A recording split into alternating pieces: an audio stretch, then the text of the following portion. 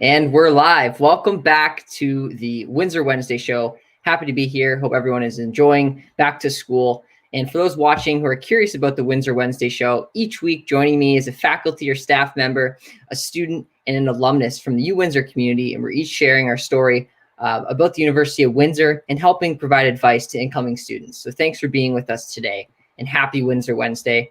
Please post your photos online using the hashtag Windsor Wednesday to show your Lancer pride. And to get started for this week, I do want to mention a giveaway that the Student Experience Office has launched. So all you have to do is create a blue and gold UWindsor themed TikTok to be entered into a draw to win a JBL speaker. All you have to do is tag the Office of Student Experience at UWinStudentEXP to enter the contest. Now, this contest is open this Wednesday and all the way up until September 22nd. So please enjoy and take part in this giveaway, and follow the UWindsor Student Experience on TikTok at UWinStudentEXP. All right, so let's get started and let's get into the Windsor Wednesday show. Joining me on the show today, we have on the top right, we have Katia Benoit. She is the Assistant Dean for the Faculty of Law, also graduated from the University of Windsor. Down below, we have Lana Oppen. Lana is an alumnus with 3 degrees from the University of Windsor, her first one being computer and science. Following that is communication, media, and film, and then also receiving her Master's of Fine Art in film and media arts. So 3 degrees from the University of Windsor, and she's joining us as an alumnus today. We also have Luke Strong, a 4th-year mathematics student, and also the president of the Science Society. So glad to have everyone on the show, and thanks so much for being a part of it. So let's get started. Luke, I want to jump into the first question here that talks a little bit about your involvement on campus and specifically the Science Society. So for those watching, I think we'd be interested to know, what has your involvement with the Science Society really taught you now being the president? So my involvement on campus has taught me almost just as much as my courses have taught me, because when I first started university, I was a lot more shy than I am now. So being involved with the Science Society, as well as my departmental club, the Math and Stats Student Association, really kind of like pushed me to make some personal growth, like within myself, kind of build up some confidence.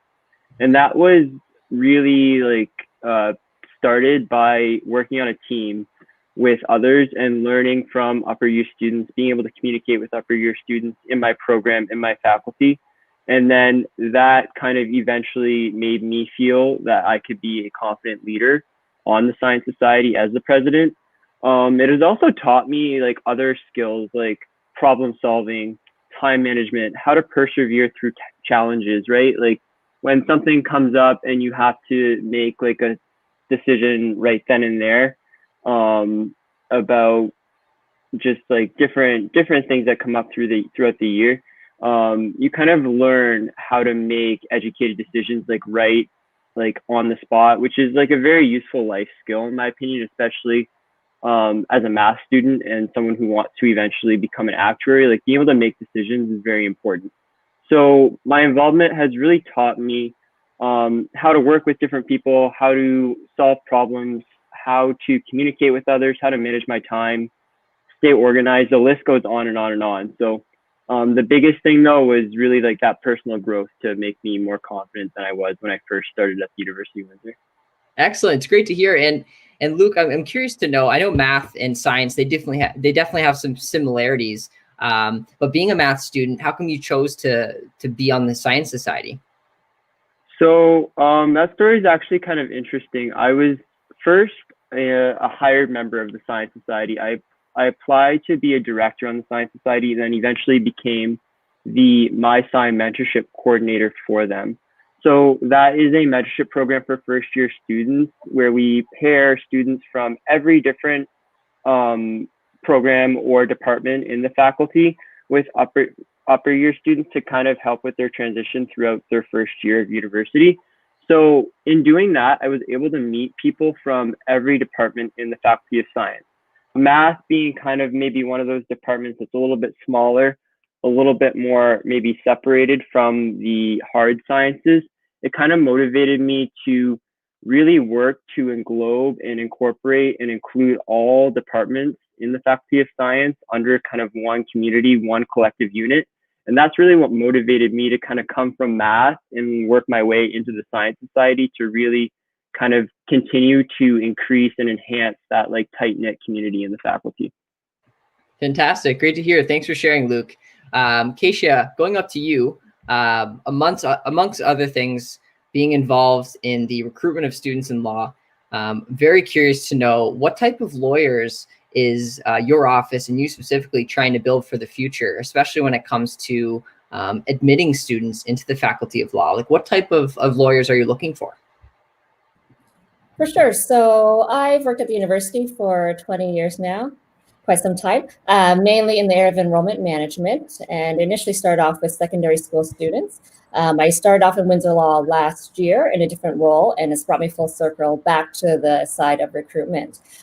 So essentially, I would say that for Windsor Law, first and foremost, we're looking for students who will excel in the study of law, and also can demonstrate that they have the potential to contribute not only to the law school in a creative and meaningful way, but also to the community as well.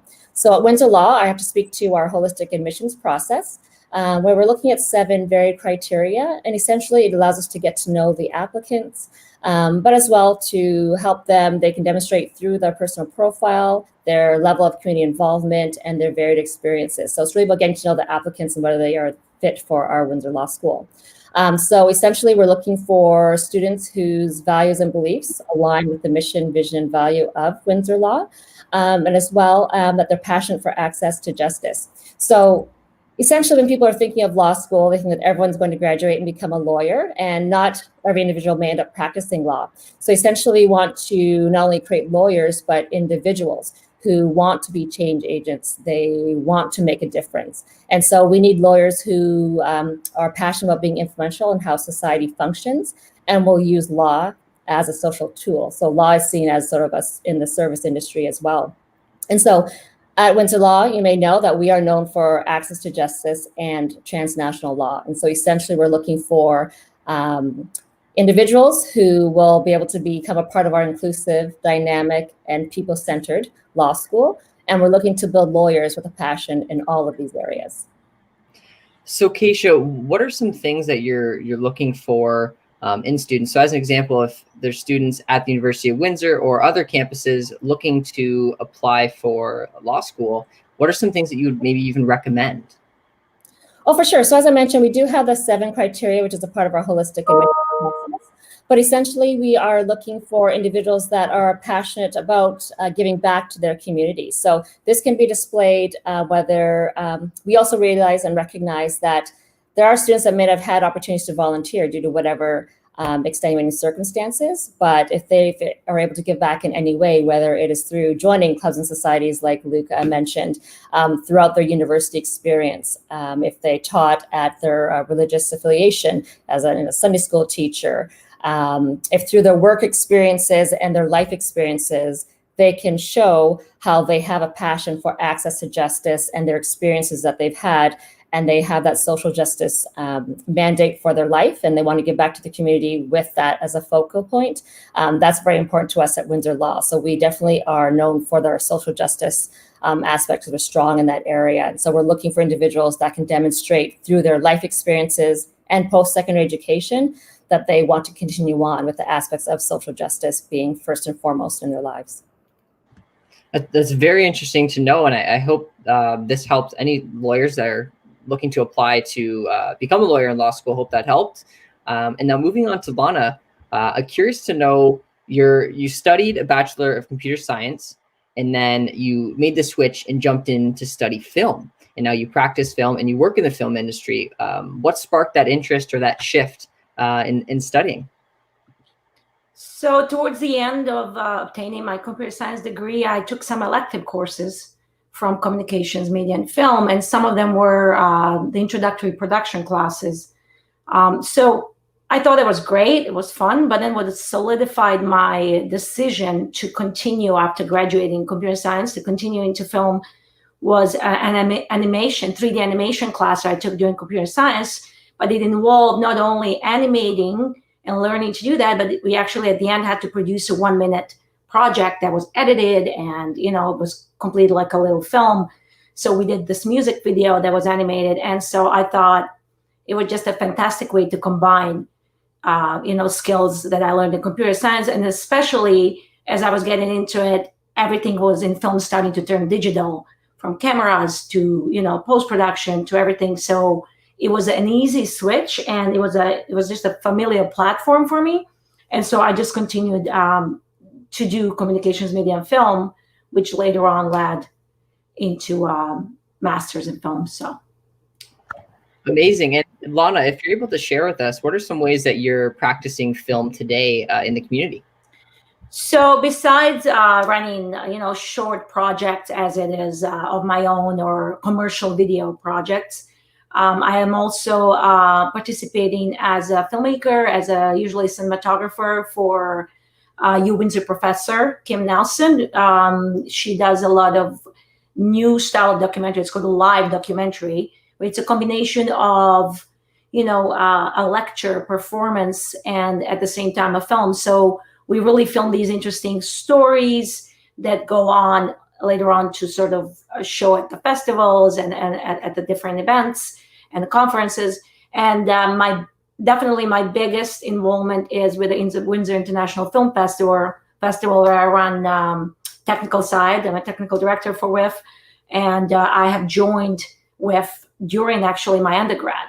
So kind of that continued into being part of such a great organization that has grown tremendously in the last 6 years that I have been privileged to be a part of.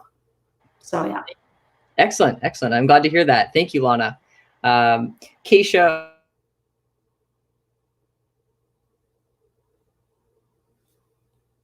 unmute here. So yes, Lana, thank you for sharing that. And Katia, I want to jump to you and talk a little bit about the law building and most recently the $3 million donation from Don Rodzik. And maybe what are some things that students can expect when this new law building opens on campus? I know there's so many students that are excited, and the refresh is going to be great. So what can students expect? For sure. So we're very excited about the Transforming Windsor Law project. We've resided in our current space for just a little over 50 years, so it's definitely time for a refresh if anyone's been in the building. But with the project, we're definitely looking at creating a welcoming and accessible environment that can instill pride in Windsor law. First and foremost, we definitely want to have the connection with our local Indigenous peoples, the physical environment, heritage, and communities. And now that we will be looking at sort of refreshing our building, we have a focus on designing flexible and multi-purpose spaces. But as well, we want to increase the usable space within our building.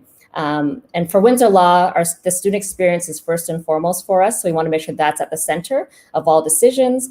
And then we also want to support our dynamic research, experiential learning, and service aspects. As everyone knows, the entire campus is undergoing a renewal, and so we're very happy for Windsor Law to be a part of that process. And we definitely want to make sure that we will maintain a strong sense of community for all of our Windsor Law students as we go through the construction phase. We're still looking for donors as well to contribute to the Transforming Windsor Law project, and we're very appreciative, as you mentioned, with the recent announcement for the donation from the Rodzik family. But again, as we are moving forward and looking at the Transforming Windsor Law project, we definitely welcome donations to assist with this process to help us guide and build an amazing facility to hopefully serve us for the next 50 years. Awesome. So exciting. What are some things that are kind of on the horizon, or if there's maybe some things on the inside that students can look forward to, whether it be expanded class spaces? Are you able to give us a little sneak peek on anything at all? Well, we do actually have an aspect of the law website, our Transforming Windsor Law website, or TWL as it is referred to. We do have some architectural renderings available on the site, but you did allude to expanded class spaces. And so definitely one of the main points we have for our classroom spaces is not only the accessibility factor, but also the opportunity for faculty or professors, if they wish, to reconfigure the space. So definitely that's one of the points that we want to make sure for our classes. We have added some classroom spaces. We still have a strong student focus in terms of space for our student groups to meet, as well as graduate student space for our LLM students. So yeah, with the building as a whole, we're definitely looked at the classroom spaces and technology as well with this refresh, but definitely the accessibility factor and using a lot of natural light. In terms of sneak peeks, definitely part of our design, as I mentioned earlier, in terms of connections with our local Indigenous peoples. And so we're very excited with the designs that architects have come up with to have that continuity throughout our building, with paying homage and respect to the Indigenous community throughout our building. So we're excited about that aspect as well. Amazing. I know so many students that are joining the law program are so excited to be studying in this new space. So thank you for sharing, Katia. Thanks. Luke, as you move into you're in your fourth year now, I'm curious to know, what are some ways the University of Windsor is currently helping prepare you for life after university? So I think a lot of that actually plays into the last question. Like, my involvement on campus, like I said, has really taught me how to work on a team, how to manage a team and manage my time while focusing on courses as well. With respect to like my actual courses in my program, I try and treat that routine and my day-to-day life with my university courses like a full-time job. So I dedicate a certain amount of hours to each course. I kind of try and keep a day-to-day routine. Even now that we are off campus and online, I still try to have a specific study space and kind of use the resources at my disposal to be kind of successful as possible in my courses. That being said, the University of Windsor and the math program has small class sizes, right? So we're able to really communicate with our professors, kind of have that one-on-one discussion with them about anything that we have concerns about with regard to course material or questions about any of our homework or so on and so forth. So that small class size has really helped kind of give me a chance to excel in my full-time job as like a math student. And then also because of that small class size, I was also able to kind of meet a lot of students in my classes who have become close friends, right? And you kind of treat them like coworkers, right? In your program, they're your coworkers for the next 4 years when you start in first year, and you kind of work together with them to succeed in your program. I don't think I would have had that tight knit of a group if it wasn't for the small course sizes and the tight knit campus community at UWindsor. Amazing. Thank you for sharing, Luke. Now, for those who are watching, Lana was actually born in Bosnia, and now she came to Canada and she studied in Canada with 3 degrees from the University of Windsor. Lana, how was your experience, or how's your experience been with education in Canada compared to back home in Bosnia? What are some similarities or differences? So similarities are you gotta work hard, you gotta get your grades done, and you gotta be a good student. That's similar anywhere, but there is quite a bit of difference. At the time when I was in Bosnia, and comparing with Canada, our education system was slightly different. Actually, at university level, we studied the whole year without semestral work, without anything. It was just going to classes, studying, and then at the end of the year in May, we would go through process of 10 written exams, and then if you pass them, you gain a right to go to the oral exam, and then the grade is combined, which was quite intense. And then if you fail any of your classes, you had one more chance in September, and if you fail that, you actually lose a right to study that combination of subjects. So it was quite stringent the way it was set up. I found the semestral work and the ability to kind of add slowly and do this was just much better. The results were great. At the end of the year, you kind of had this cumulative knowledge. So that was different. The difference was that I grew up in a country that, allowed us to have free education, which was great. You could have went to any field, regardless of so there was no tuition fees. But what created the problem was we had way too many highly educated people. And so to get a job after graduation, you couldn't just, be a decent or a good student. You had to be top of your class sort of thing in order to get a job in certain areas. So because the sector was not private, it was all held by, there was not really a government. It was people's government. You couldn't work, like you couldn't open a dental business as you do here. You would work for the state clinic, and you had to be actually a top dentist in your class in order to get a job, which, if you compare with how things are here, it's sort of like unimaginable, right? So that's one difference. That's a couple of differences that come to mind. Was a big difference. However, things have changed since the Bosnian War and the country called Yugoslavia falling apart. I think now are very much so similar to what they are in Canada or US or anywhere in Europe.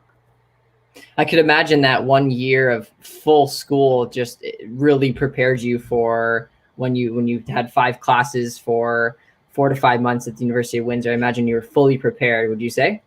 Yeah, I was. I mean, I double majored, actually. I started university when I was there. So double majoring, it was 10 exams at once. So that was quite intense. But, because that's the way it was, you don't know any better. So you just do it.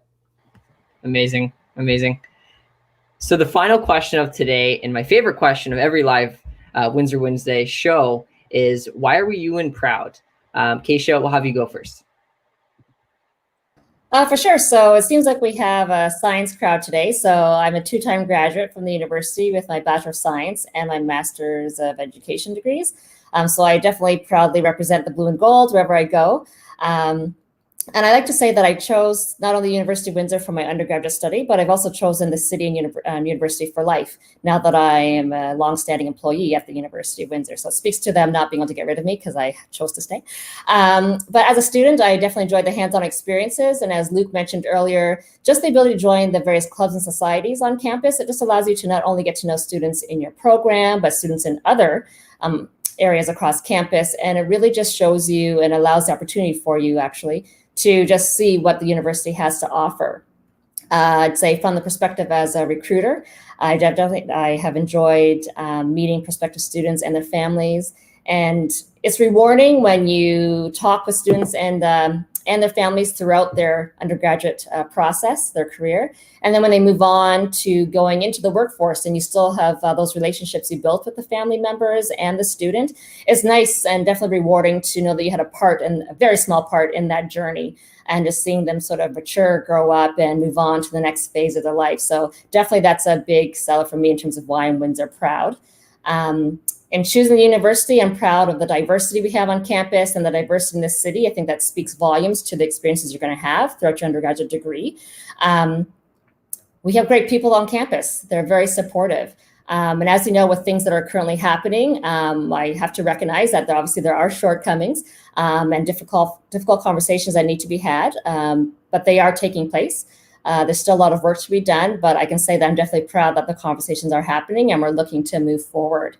And working in Windsor Law, I'm proud to be working in a faculty that has an outstanding reputation for its commitment to social justice and being very heavily involved in terms of a focal point for them to be very inclusive and very diverse. And so all around, from all aspects of my journey, becoming from a student to a student employee to a full-time employee, and as a recruiter, I definitely am very Windsor proud and proud to be a Lancer and bleed blue and gold through and through. Awesome. Thank you, Katia.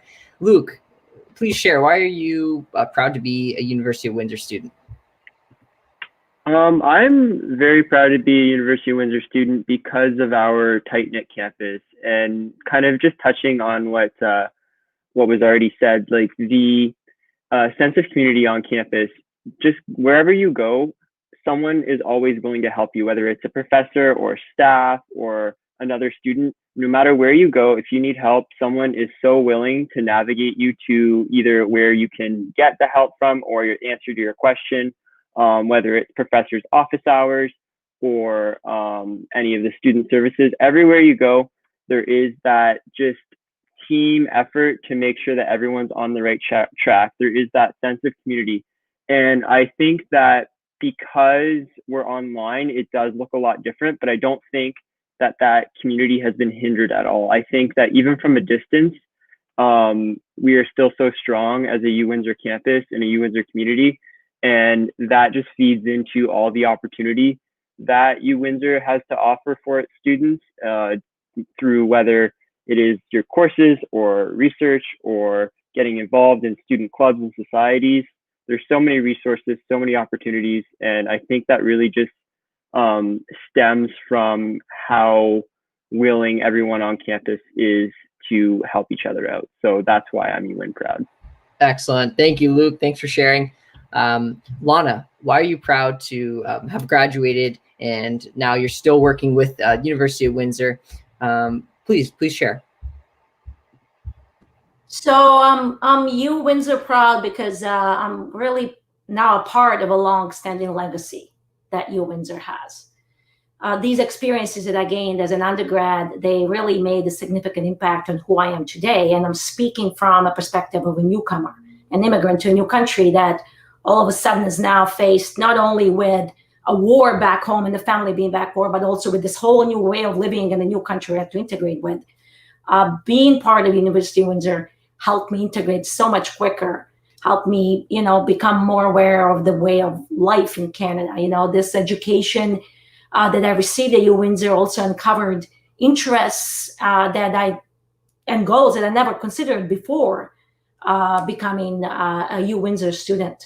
So, and going back to talking about legacy, and Luke's talking about the fact that you're part of this community now. That community for me continued after graduation. So it wasn't just about gaining a degree and moving on and kind of once in a while saying hi to your friends.